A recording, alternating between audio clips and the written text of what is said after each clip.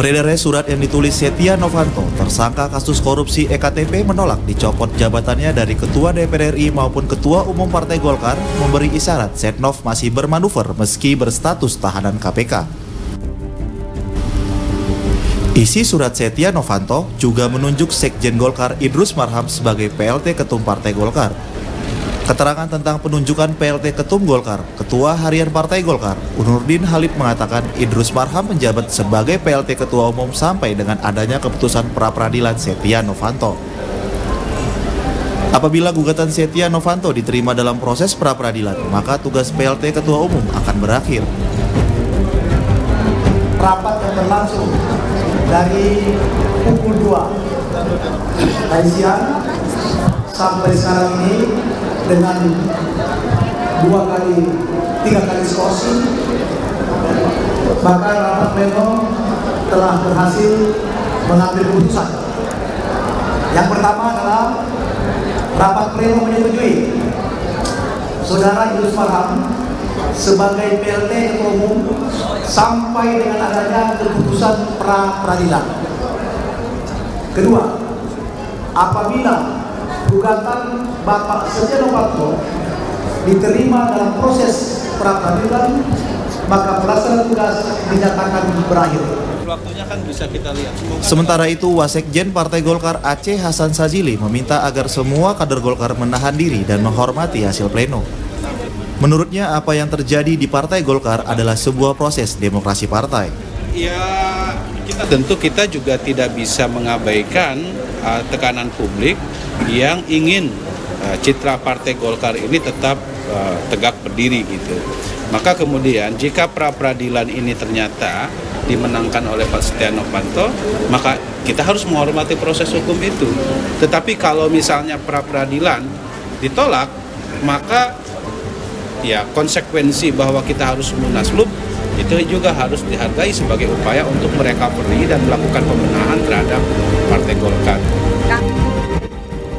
Terkait manuver Setnov dan dinamika politik di tubuh Golkar, pasca penahanan Setia Novanto, mantan Ketua Mahkamah Konstitusi (MK) Mahfud MD mengatakan langkah Setia Novanto dalam mempertahankan posisinya sebagai Ketum Golkar hanya akan menghancurkan citra partai. Menurutnya, dinamika politik yang terus-menerus dialami partai berlambang beringin ini hanya akan dimanfaatkan oleh lawan politiknya. Akan tetapi, semua terserah keputusan kepada kader Golkar. Masa depan adalah pahlawan. Novanto tidak mau dicopot dari Golkar itu bukan urusan kita ya, urusan Golkar, biar aja.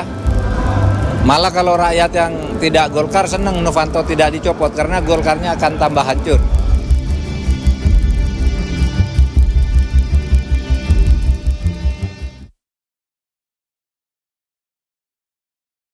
Halo saudara, selamat malam. Anda bergabung bersama kami di JAK TV dalam program Saling Silang. Saudara, sejak ditangkap dan ditahannya Ketua DPR RI Setia Novanto oleh KPK, segala pemberitaan mengenai Setia Novanto menarik untuk diikuti. Salah satu hal yang juga menarik adalah bagaimana statement yang dikeluarkan oleh Wakil Ketua DPR Fahri Hamzah yang menjadi selalu fenomenal karena memilih posisi yang berbeda dengan orang-orang pada umumnya, di mana Fahri Hamzah memilih untuk banyak membela Setia Novanto. Saya tidak sendiri, sudah ada Bapak Fahri Hamzah, Wakil Ketua DPR RI yang sudah bergabung bersama kami di Saling Silang. Selamat malam Pak Fahri. Selamat malam. Anda menjadi orang yang sangat berbeda pada beberapa hari ini terkait dengan kasus Setia Novanto. Ketika banyak orang yang mendukung langkah KPK untuk menetapkan dia menjadi tersangka kemudian ditahan, Anda memilih untuk membelanya. Apa yang terjadi? Atau apakah itu bentuk solidaritas? Tidak boleh kita biasakan dalam pikiran kita bahwa hidup itu akan diwarnai oleh satu warna, satu arah, tanpa warna dan suara alternatif. Ya. Berbahaya sekali pikiran itu karena kita terjebak kepada persepsi totaliter. Ya, seolah-olah negara tidak boleh dioposisi, pandangan negara tidak boleh dilawan.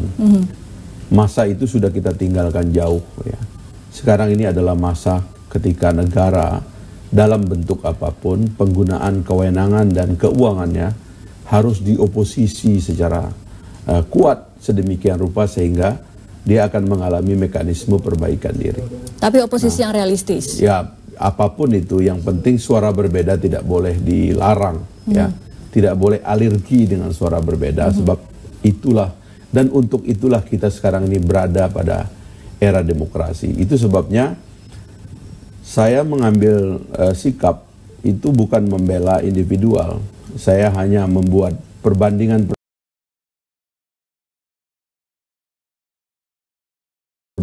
yang telah lama saya amati dari cara kerja KPK selama ini, dan saya punya dasar berpikir yang rasional, ya, berbasis kepada data dan juga teori, yang silahkan saja kalau mau dibantah, bantah saja, tapi jangan sebagai atau jangan secara prejudis mengatakan itu adalah aksi bela teman, ya, sebab pada dasarnya yang saya bela adalah jabatannya, posisinya, institusinya, karena apa yang dilakukan KPK itu saya sudah mengamati sejak awal sebetulnya memiliki motif yang buruk kepada institusi DPR.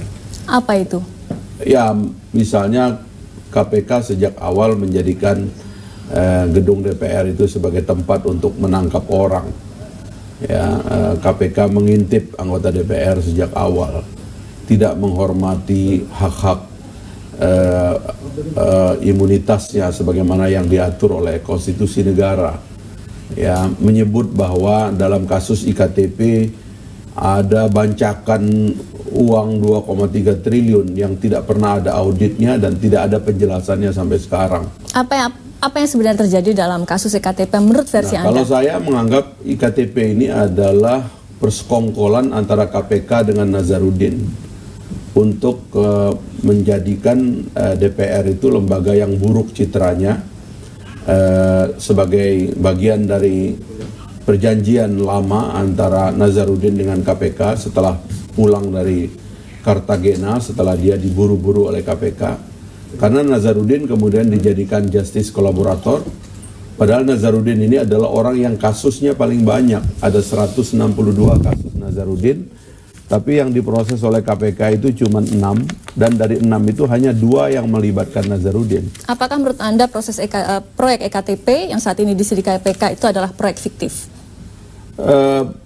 IKTP menurut keterangan resmi dari Kementerian Dalam Negeri, baik yang dulu maupun yang sekarang, itu proyeknya sudah jalan dan selesai. Yang belum hanyalah maintenance dan yang memang harus dikerjakan secara rutin, dan pengadaan belangko baru. Nah, belangko baru itu memang harus diadakan karena jumlah orang yang harus menerima kartu setiap tahun bertambah dikarenakan adanya orang yang IKTP itu diberikan pada usia 17 tahun.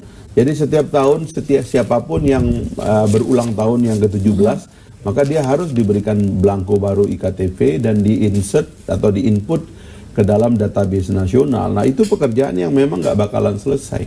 Tapi proyeknya itu sendiri kalau kita baca auditnya, kalau kita baca prosesnya, adalah pengadaan yang luar biasa teliti, dipimpin oleh Pak Gamawan, ya, dikoordinir oleh Wapres pada waktu itu sebagai pembinanya, ada Pak Joko Suyanto. Ada 17 kementerian dan lembaga yang mengawasi jalannya proyek, dan dilakukan dengan sangat teliti sehingga 2 audit negara, BPK sebagai auditor independen dan BPKP sebagai auditor internal, mengatakan tidak ada persoalan harga dan nyaris tidak ada kerugian.